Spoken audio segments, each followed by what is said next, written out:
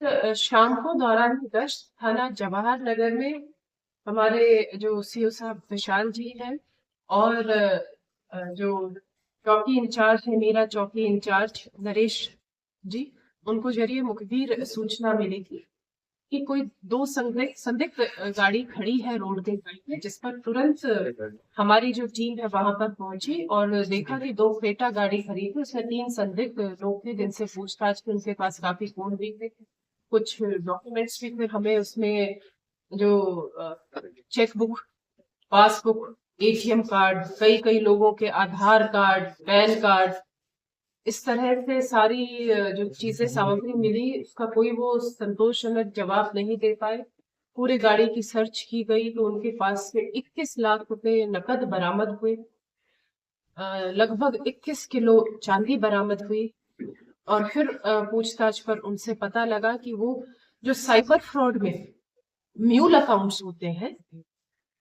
उनका खरीद और बेचान का काम करते हैं, जिसमें उनको भारी लाभ हो रहा था।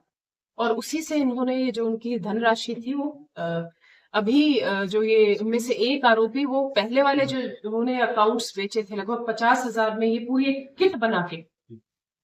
ये क्या करते हैं कि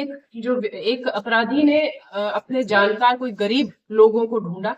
उनका जो खाता है वो खुलवाया, उसके बाद उनकी एक किट बनाई जिसमें उस खाते से लिंक्ड सिम जो कार्ड है वो भी जारी कराया, उसके पासबुक, चेकबुक साइंड, पूरी साइन करवा के उससे चेकबुक ले लेते हैं, सिम कार्ड,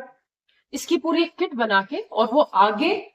जो उनके जो जिन्होंने डिमांड कर रखी थी, जो साइबर फ्रॉड में ऊपर वाली लिंक पर और जो आ रहे हैं, उनको वो सप्लाई करते थे। और इसमें कुछ थोड़ा सा परसेंटेज प्रलोभन देने के लिए जो जिससे खाता खुलवाते थे उनको दिया जाता था। और लगभग पहले शुरुआत इसमें 10,000 रुपए पर खाते से, अब उसने वो 50,000 रुपए पर खाते पर भी चला गया था। तो जो संभावित अभी जो हमारे प्रारंभिक पूछताछ में आया है,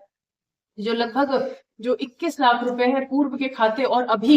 जो लगभग इनके पास 90 chequebook, 13 passbook, 64 ATM card, debit card और 44 जो सिम कार्ड, उनको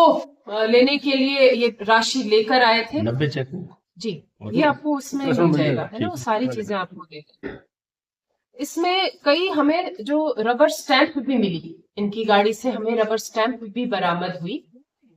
तो एक और अलग हमें मॉड्यूल पता लगा। कई बार क्या होता है कि किसी खाते में, जैसे जो साइबर फ्रॉड के जो खाते हैं, उनमें कई बार बड़ा ट्रांजैक्शन हो गया कि बड़ा जो साइबर फ्रॉड की राशि है, अब उस में जो अकाउंट पे होल्ड लग गया। तो ये क्या करते हैं कि ये कुछ एक इन्होंने इनकी जो फ्रॉड इन्होंने वो बना रखी है कंपनीज वगैरह, जिसके लेटर पैड, जिसकी फ्रॉड मोहर वगैरह इन्होंने तैयार कर रखी है, और उस लेटर पैड पे लिखकर लेके जाते थे बैंक में कि ये तो हमारा खाता है, जो कि इसमें हमारे जो ट्रांजैक्शन आई है वो आई है और बिल्कुल वैलिड है। और इस हिसाब से उस खाते से जो होल्ड था वो हटवाया जाता था, और उसका भी परसेंटेज, क्योंकि वो तो आगे जो अगले लिंक में साइबर फ्रॉडस्टर्स है उन्होंने भेजा था, तो उसका भी 10% लेते थे। तो इस हिसाब से पूरा एक इन्होंने बड़े तौर पे संगठित अपराध यहाँ पर संचालित कर रखा था, और उसी का खुलासा पुलिस की सक्रियता से, आमजन के सहयोग से हमें आज हम कर रहे हैं। और इसमें हम आगे तह तक जाएंगे कि अभी क्योंकि इनिशियल तौर पर पता चला है कि जैसे एक ही खाते का, कल रात की ही कार्रवाई है, तो एक खाता तो ऐसा है इसमें से जिसमें 4.5 कुछ ही समय में 4.5 करोड़ का जो ट्रांजैक्शन है वो हुआ था। और अभी 25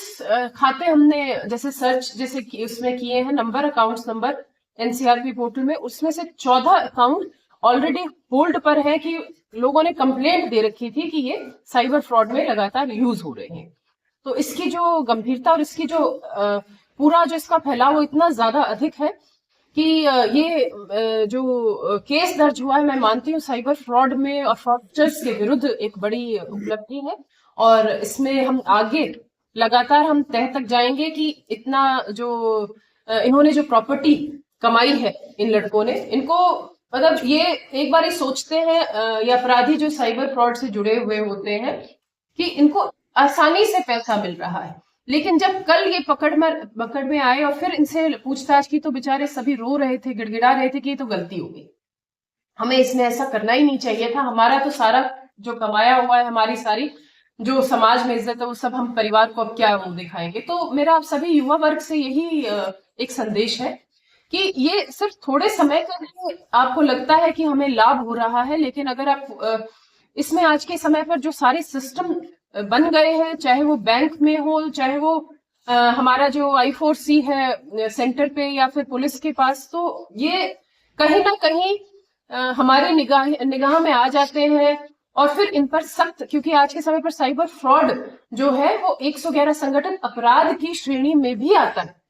तो इसमें एक संगठित अपराध की भी धाराएं जुड़ रही हैं, IT एक्ट की भी धाराएं जुड़ रही हैं, तो ये बड़ा अपराध बन रहा है। तो सभी जो युवा वर्ग है इससे दूर रहे, मेहनत करके अपने पैसे कमाए, इसमें नहीं पड़े, नहीं तो फिर आपको बहुत जो आपने कमाया वो 107 BNSS में आपके पास रहेगा भी नहीं।